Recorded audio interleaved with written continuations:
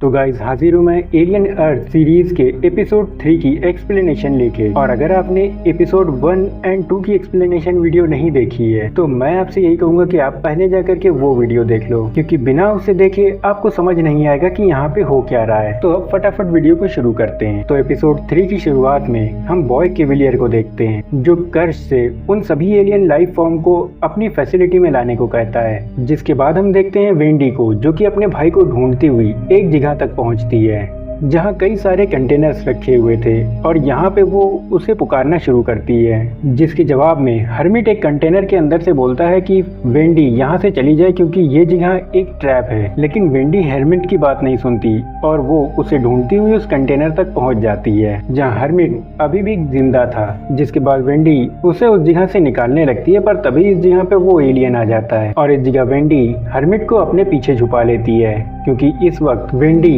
Hermit से ज्यादा powerful और ज्यादा तेज थी। लेकिन वो एलियन कंटेनर के अंदर ना आकर के उसके ऊपर चढ़ जाता है। जिसके बाद यहाँ वेंडी उस पे अपनी तलवार से हमला करती है, जिससे कि वो एलियन घायल हो जाता है और यहाँ उसका एसिडिक ब्लड गिरता है। जिसके बाद वो एलियन उस कंटेनर पे हमला करके उसे पलट देता है, जिससे कि वेंडी उस कंटेनर से बाहर गिर जाती है और हर्मिट वहीं अंदर पड़ा रह जाता है। जिसके बाद हर्मिट खुद को संभालते हुए उठता है और यहाँ हाथ में एक हथियार लेकर वो उस कंटेनर से बाहर आता है। जिसके बाद वो वेंडी को पुकारना शुरू कर देता है, लेकिन तभी हर्मिट के पीछे से वो एलियन उस पे हमला कर देता है, जिससे कि हर्मिट और भी ज्यादा घायल हो जाता है। और यहाँ वो एलियन हर्मिट को मारने ही वाला था कि इस बार वेंडी एक हुक लेके आती है, जिससे कि वो उस एलियन की जुबान को फंसा लेती है।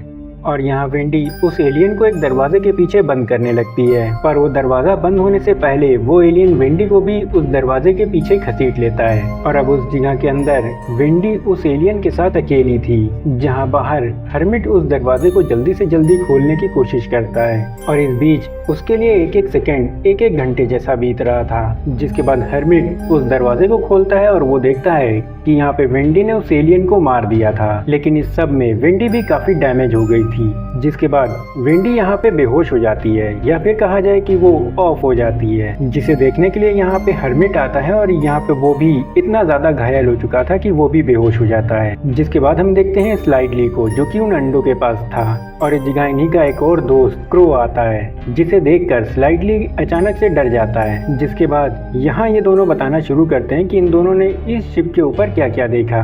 पर तभी इस जगह पे वो साइबॉर्ग, जिसका नाम है मोरो, वो आता है। नहीं, मैं ड्रैगन बॉल सुपर के मोरो की बात नहीं कर रहा, मैं बात कर रहा हूँ इस मोरो की, जो कि यहाँ आकर के इन दोनों को गन पॉइंट पे ले लेता है। और यहाँ इन लोगों की बातें सुन करके उसे समझ में आ जाता है कि ये दोनों असली इंसान नहीं बल्कि सिंथेटिक हैं।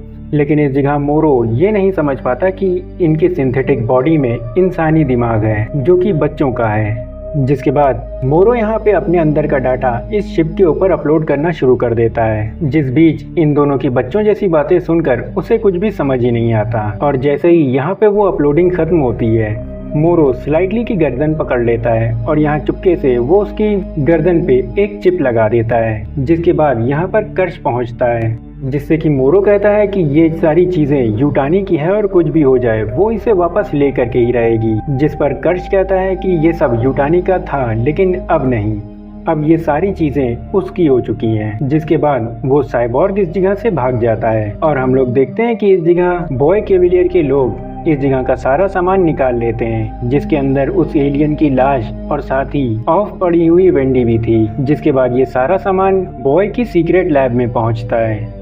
और इस जगह हम देखते हैं कि इन सारी चीजों के साथ साथ ये लोग वेंडी के भाई को भी ले आए थे, जो कि इस जगह काफी घायल था और वो बेहोश था। जिसके बाद बॉय अपनी उस लैब में पहुंचता है जहां ये सारे क्रीचर रखे हुए थे, और यहाँ वो उन्हें देख के काफी खुश था, क्योंकि उसने मानव इतिहास की सबसे बड़ी खोज कर ली थी। और जब बॉय उन अंडों के पास जाता है तो अचानक वो अंडे हरकत में आ जाते हैं, जिसे देखकर कर्श फौरन बॉय को लैब से बाहर खड़ा कर देता है। जिसके बाद कर्श बॉय केविलियर को बताता है कि जेनोमॉर्फ अंडे देकर चले जाते हैं, जिनके अंदर एक पैरासाइट होता है, जो कि किसी ऑर्गेनिक लाइफ के उसके पास आने का इंतजार करता है। और जैसे ही कोई जीव उसके पास आता है, वो पैरासाइट उस पे हमला कर देते हैं। और यहाँ इन पैरासाइट के अंदर एक प्रोटो क्रीचर होता है, जिसे हैच होने के लिए ये अपने होस्ट की बॉडी में डाल देते हैं, और फिर वो प्रोटो क्रीचर अपने होस्ट की बॉडी को चीरकर बाहर आता है। और यहाँ कर्श बताता है कि उसने क्रायोपॉड में पड़ी हुई एक बॉडी को देखा था जिसे कि अंदर से मारा गया था, यानी कि ये प्रोटो क्रीचर ह्यूमन बॉडी के अंदर ही पनप सकते हैं। जिसके बाद बॉय उस लैब को सील करने का ऑर्डर देता है और साथ ही इस जगह पे वो कर्श को इस पूरी लैब का इंचार्ज बना देता है। वहीं हम मोरो को देखते हैं जो कि गलियों में भटक रहा था और यहाँ वो किसी का फोन चुरा कर यूटानी को कॉल लगाता है, जहाँ उसे पता चलता है कि ओल्ड यूटानी तो मर चुकी है लेकिन अब उसकी पोती इस कंपनी को चलाती है, क्योंकि मोरो को उस मिशन पे गए हुए करीब 65 साल हो चुके थे। जिसके बाद यहाँ उसकी यूटानी से बात होती है जो कि उसे कहती है कि क्या उसके क्रीचर सेफ हैं, जिस पर वो कहता है कि क्रीचर तो सेफ हैं लेकिन यहाँ उन्हें हथिया लिया गया है। लेकिन साथ ही वो ये भी बताता है कि उसने पूरा का पूरा डाटा अपलोड कर दिया है, जिस पर यूटानी उसे वापस आने को कहती है।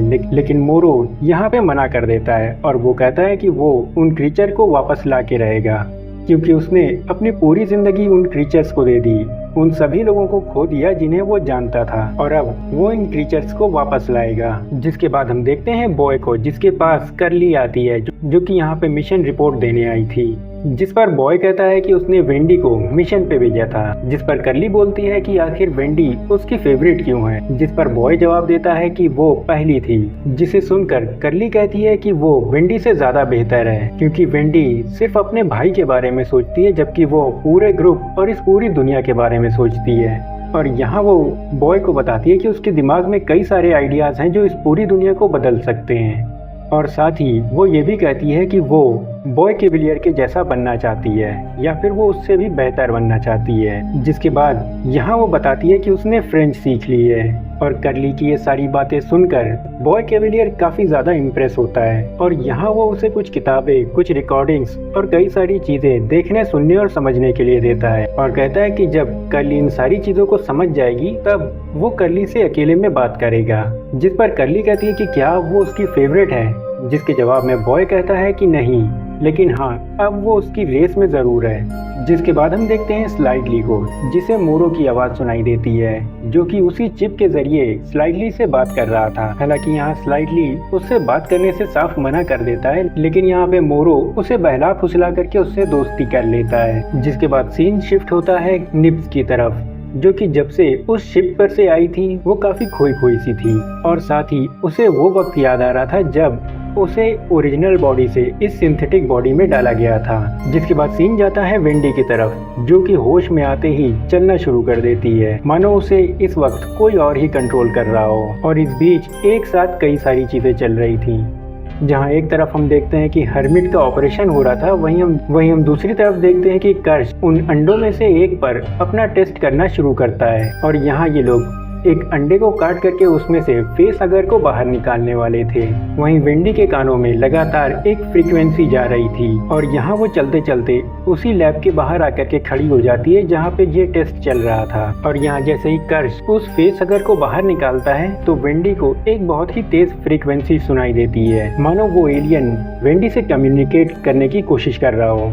जिसके बाद कर्श उस फेस हगर को बिजली का झटका दे करके बेहोश कर देता है। जिसके बाद उस जगह जितने भी अंडे रखे थे उन सभी से वो फ्रीक्वेंसी निकलने लगती है, जिसकी वजह से यहाँ पे वेंडी की हालत बिगड़ती चली जाती है और वो यहाँ पे बेहोश हो जाती है।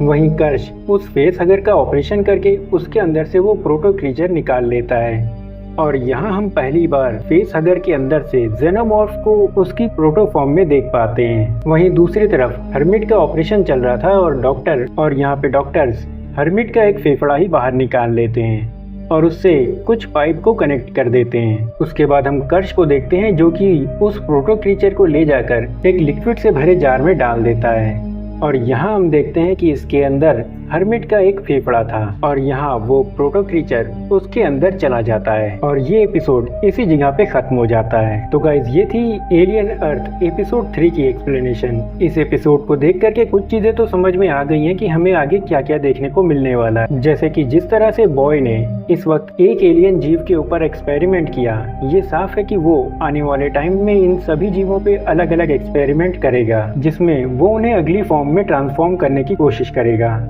अब उसमें कौन सा क्रीचर उसके कंट्रोल में रहता है और कौन सा नहीं, वो तो हमें आगे ही समझ में आएगा। इसके अलावा अगर हम निब्स की बात करें तो वो इस पूरे एपिसोड में काफी खोई खोई सी रही, और उसे देख करके ऐसा लग रहा है कि मानो ये कैरेक्टर या फिर ये लड़की अपनी इस सिंथेटिक बॉडी को रिजेक्ट करने वाली है। लेकिन इन सब चीजों से भी ज्यादा सवाल भी हैं, जैसे कि मोरो स्लाइटली के साथ क्या करने वाला है और वो उसका किस तरह से यूज करेगा।